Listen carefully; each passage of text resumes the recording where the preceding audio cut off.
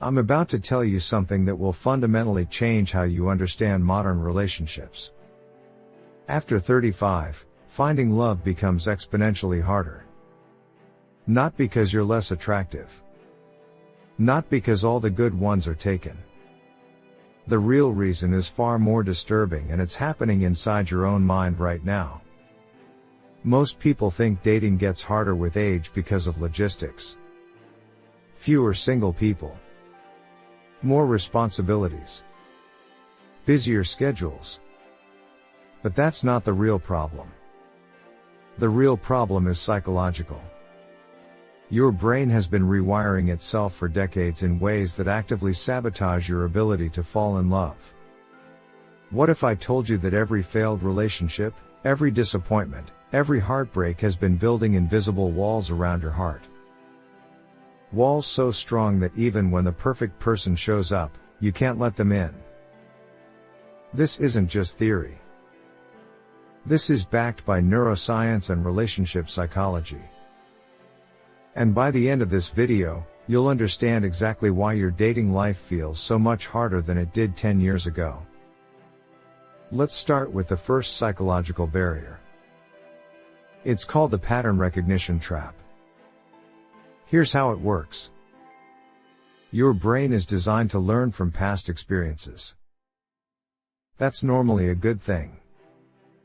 It keeps you from touching hot stoves twice. But when it comes to relationships, this mechanism becomes your worst enemy. Every relationship you've had has taught your brain to recognize patterns. Maybe your ex always got distant when things got serious. Maybe another partner was great at first but became controlling later. Your brain cataloged all of these experiences. It filed them away as warning signs. Now here's the problem. Your brain can't tell the difference between a genuine red flag and a false alarm. When you meet someone new after 35, your pattern recognition system goes into overdrive. That person reminds you slightly of an ex? Red flag. They have a similar communication style to someone who hurt you? Red flag. They share a hobby with a past partner? Red flag. Your brain is trying to protect you, but it's actually preventing you from giving anyone a real chance. This gets worse over time because you accumulate more data points. A 25-year-old might have had 3 serious relationships. A 35-year-old might have had 7 or 8. That's 7 or 8 different sets of patterns your brain is now hypervigilant about. You're not being picky. You're being haunted by ghosts of relationships past. Research from the University of Toronto found that people over 35 take an average of 43% longer to develop trust in new romantic partners compared to people in their 20s. That's not a small difference. That's nearly half again as long to open up. And in modern dating, where people expect quick chemistry and instant connection, that delay is often fatal to potential relationships. The second barrier is what psychologists call the established identity complex. By 35, you know who you are. You've spent over 3 decades building your identity. You have your routines, your preferences, your non-negotiables, your way of doing things.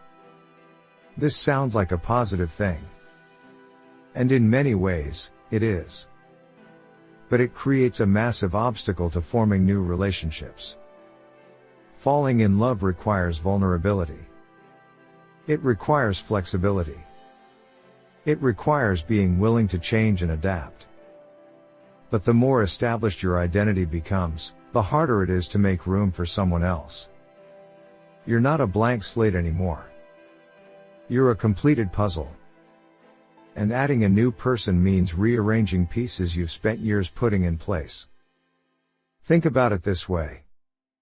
When you were 22, you probably didn't have strong opinions about how to load the dishwasher. Now you do. You didn't have a specific morning routine that you'd perfected over a decade. Now you do.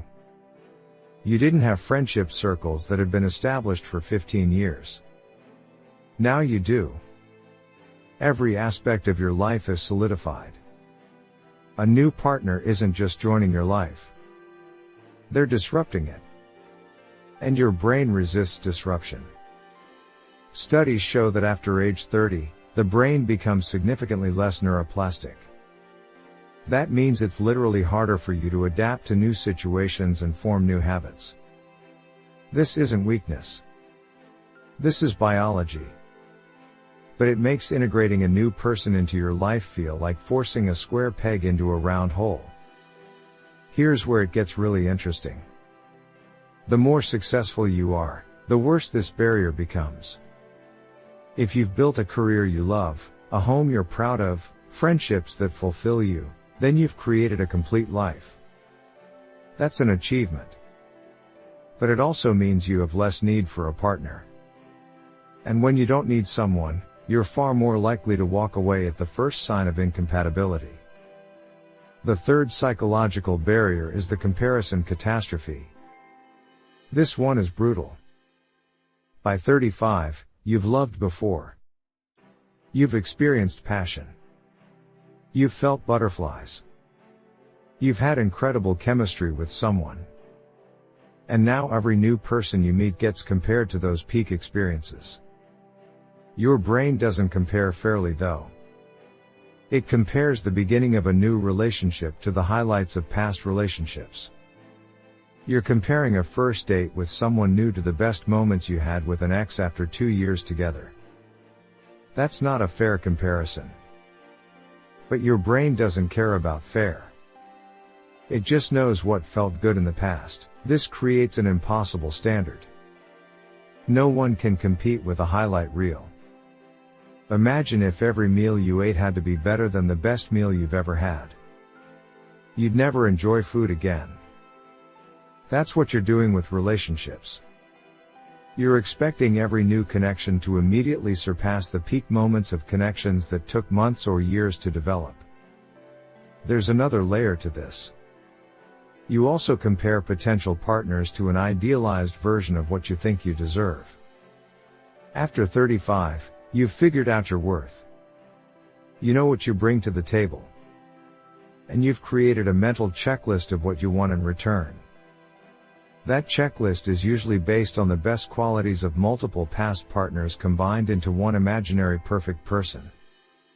He needs to be as funny as Jake, as ambitious as Michael, as emotionally available as David, and as adventurous as Chris.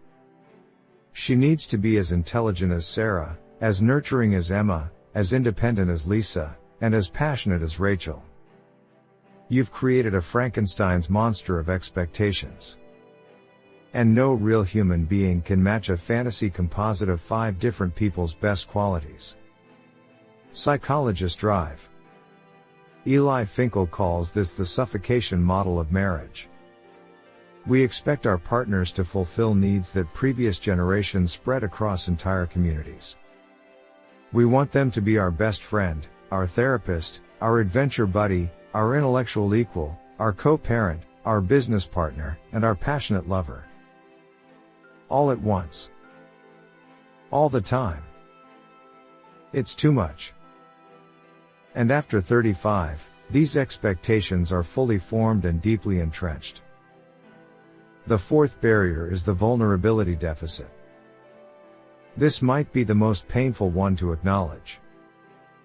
Every time you've been hurt in love, you've built a protective layer. Think of it like scar tissue. It's your heart's way of healing. But scar tissue is tougher and less flexible than original tissue. It protects you, but it also prevents you from feeling as deeply. By 35, most people have accumulated significant emotional scar tissue. You've been rejected. You've been betrayed. You've been disappointed. You've had your heart broken. Maybe multiple times. Each experience taught you to be more careful. More guarded. More protective of yourself. These are survival mechanisms. But they also make genuine intimacy nearly impossible. True love requires you to be seen. Really seen. All of you. The messy parts. The insecure parts. The parts you're not proud of. When you were younger, you probably didn't even know what all those parts were yet. Now you do. And you've learned to hide them. You've learned to present a curated version of yourself. The version that's been rejected less often. This creates a paradox. You want deep connection, but you're terrified of the vulnerability required to create it. So you keep people at arm's length. You share enough to seem open, but not enough to actually be vulnerable. You let them in, but only so far. And then you wonder why the connection feels shallow. Neuroscience research shows that the brain's fear center, the amygdala, becomes more reactive to potential threats as we age. That includes emotional threats. Your brain is literally more sensitive to the possibility of heartbreak than it was when you were younger. It's trying to protect you. But in doing so, it's preventing you from taking the emotional risks that love requires. Here's what makes this even harder. You can't fake vulnerability. People can sense when you're holding back. They can feel the walls even if they can't articulate what they're feeling. And when they sense those walls, they put up their own. You end up in a standoff where both people are waiting for the other person to be vulnerable first. Neither person ever takes the leap. The relationship stalls before it really begins. The fifth and final barrier is the timeline pressure paradox. This one is especially intense for people in their mid-30s and beyond. If you want children, you're aware of biological clocks. If you want marriage, you're aware that you've already spent 15 or 20 years of your adult life single. You feel behind. You feel pressure. And that pressure destroys your ability to let relationships develop naturally. When you were 25, you could casually date someone for 6 months just to see where it went. You had time. Now you don't feel like you have that luxury. You're evaluating every person as a potential life partner by the third date. You're trying to figure out if they want kids before you even know if you enjoy spending time with them. You're assessing long-term compatibility before you've established basic chemistry. This creates a terrible dynamic. You're simultaneously more desperate and more selective. You need to find someone quickly, but they also need to check every box on your list. You're rushing and being overly cautious at the same time. It's like trying to drive with one foot on the gas and one foot on the brake. You don't go anywhere. You just burn out. The pressure also makes you evaluate people too quickly. You meet someone and immediately start fast-forwarding to the future. Could I marry this person? Would they be a good parent? Could we handle a mortgage together? You're trying to answer questions that take years to answer accurately. And because you can't answer them with certainty right away, you often walk away from people who might have been great partners if given time. There's also the issue of perceived scarcity. The older you get, the more it feels like everyone good is already taken. The dating pool feels smaller. It feels like you're choosing from what's left rather than what's available. This scarcity mindset makes you either settle for less than you want or hold out for perfection. Neither strategy works. Research from Stanford University found that people over 35 are 72% more likely to end relationships prematurely due to timeline concerns compared to people in their 20s. They're not ending relationships because they're bad. They're ending them because they're not progressing fast enough. They're killing potentially good relationships because of anxiety about the future. So what do you do with all of this information? How do you overcome these barriers? First, Awareness is half the battle. Now that you know these patterns exist, you can start to recognize them in yourself. When you find yourself dismissing someone because they remind you of an ex, pause. Ask yourself if this person actually did something wrong or if you're just seeing ghosts. Second, practice flexibility. Your established identity is valuable, but it shouldn't be rigid. Be willing to compromise on things that don't actually matter. Maybe your morning routine isn't sacred. Maybe there's more than one right way to load the dishwasher. The more flexibility you can cultivate, the easier it will be to integrate someone new into your life. Third, give people time before comparing them to past partners. Commit to not making any judgments about chemistry or compatibility for at least 5 dates. That's long enough to get past initial awkwardness, but short enough that you're not wasting months on someone who's clearly wrong. Let the relationship develop before you decide it's not good enough. Fourth, practice vulnerability in small doses. You don't have to share your deepest traumas on a first date. But you can share something real. Something that's not curated. Something that makes you slightly uncomfortable. Notice what happens when you do. Most of the time, the other person will respond with their own vulnerability. That's how real connection starts. Fifth, separate timeline pressure from relationship evaluation. Yes, you might have goals about when you want certain things to happen. But those goals shouldn't determine whether someone is right for you.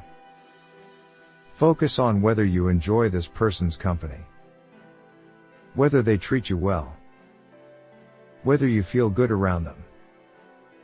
The timeline stuff can be discussed later once you know if there's actually something worth pursuing.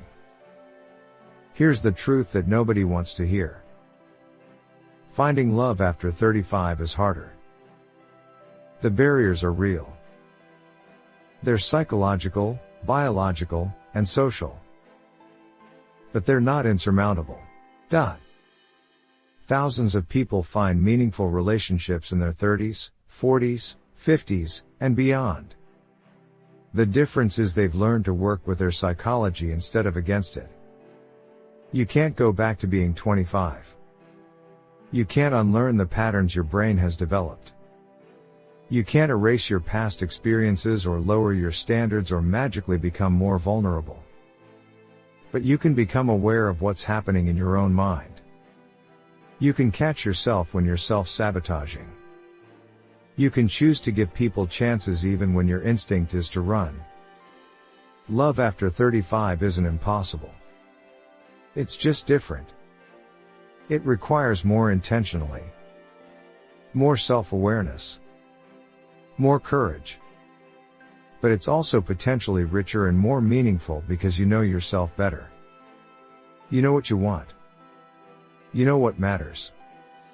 You just have to be willing to let someone in despite all the very good reasons your brain has developed to keep them out. The barriers are real, but so is the possibility of connection. The question isn't whether you can find love after 35. The question is whether you're willing to do the psychological work required to let it happen. Because the biggest barrier isn't your age or your past or the dating pool.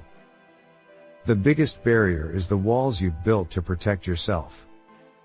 And only you can decide when you're ready to start taking them down.